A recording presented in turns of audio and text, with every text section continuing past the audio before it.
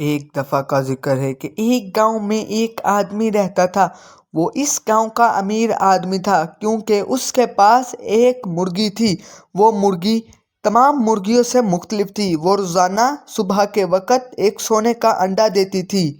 وہ آدمی جس کی وجہ سے امیر آدمی تھا، وہ روزانہ صبح کے وقت اپنے گھر سے آتا اور مرغی سے وہ سونے کا انڈا لے جاتا۔ وہ انڈے کو لے کر اپنے گاؤں، اپنے گھر کی جانب گیا۔ اس نے جا کر اپنی بیوی کو یہ انڈا دکھایا اور اس کو کہا کہ میں اس کو بازار میں بیچ کر آتا ہوں اور کافی زیادہ پیسے لے کر آؤں گا۔ وہ ایک وپاری کے پاس بازار میں گیا اور اس کو انڈا دیا اور ان پر پیسوں کی بحث ہونے لگی۔ وہ کافی دیر تک بحث کرتے رہے۔ پھر آدمی نے اس وپاری کو سونے کا انڈا دیا اور وپاری نے انڈے کے بدلے اس آدمی کو کافی زیادہ پیسے دیے۔ یہ بہت زیادہ پیسے تھے اور آدمی نے وپاری کا شکریہ ادا کیا اور اپنی بیوی کے پاس چلا گیا اور اس نے جا کر اپنی بیوی سے کہا، اگر اسی طرح ہمارے انڈے اور مرغی انڈے دیتی رہی تو ہم بہت جلدی دنیا کے امیر ترین آدمی بن جائیں گے۔ ہمارے پاس پیسہ ہی پیسہ ہوگا۔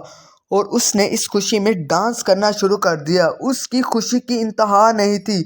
وہ اس وقت بہت خوش تھا اور اپنی بیوی کو خدا حافظ کہہ کر وہ فارم کی جانب بڑھ گیا۔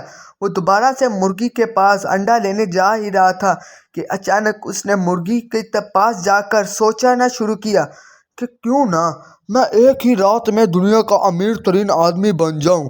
میں اس طرح کرتا ہوں کہ کوئی ترکیب لگاتا ہوں اور مرغی کو مار دیتا ہوں اور پھر ایک ہی دن میں اس سے سارے سونے کے انڈے نکال کر دنیا کا امیر ترین آدمی بن جاؤں گا۔ ہا ہا ہا ہا، چلو مرغی کے پاس۔ وہ اس طرح مرغی کے پاس گیا اور جا کر بیچاری معصوم مرغی کو اس نے مارنے کا ارادہ کر دیا اور اس نے مرغی کو مار دیا۔ وہ اس وقت بہت خوش تھا۔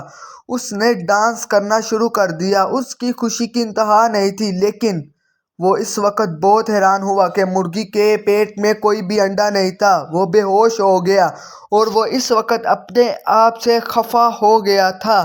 وہ سوچنے لگا کہ یہ میں نے کیا کر دیا ہے، اب میں کیا کروں گا۔ وہ بہت اداس ہو گیا، لیکن اب پچھتاوے کہ اس کے پاس کوئی حل نہیں تھا۔ وہ اپنے آپ پر بہت غصہ ہو رہا تھا۔ وہ اپنے آپ کو مارنے کی کوشش کر رہا تھا، لیکن پھر اس نے رونا شروع کر دیا۔ اس کے پاس اور کوئی حل نہیں تھا۔ وہ اداس ہوا اور اپنی غلطی پر پچھتاوا کرنے لگا، لیکن پھر وہ بھاگا اور یہ سب واقعہ اپنی بیوی کو بتانے کے لیے اپنے گاؤں پہنچا۔ اس نے اپنی بیوی کو جا کر بولا، ارے سنتی ہو، یہ ہمارے ساتھ کیا ہو گیا؟ میں نے غلطی سے مرغی کو مار دیا۔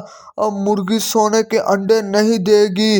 اوہو، اب ہم غریب کے غریب رہ جائیں گے۔ اور وہ یہ کہتا ہی مر گیا۔ تو دوستو، ہمیں اس کہانی سے سبق ملتا ہے کہ لالچ بری بلا ہے اور ہمیں لالچ نہیں کرنا چاہیے۔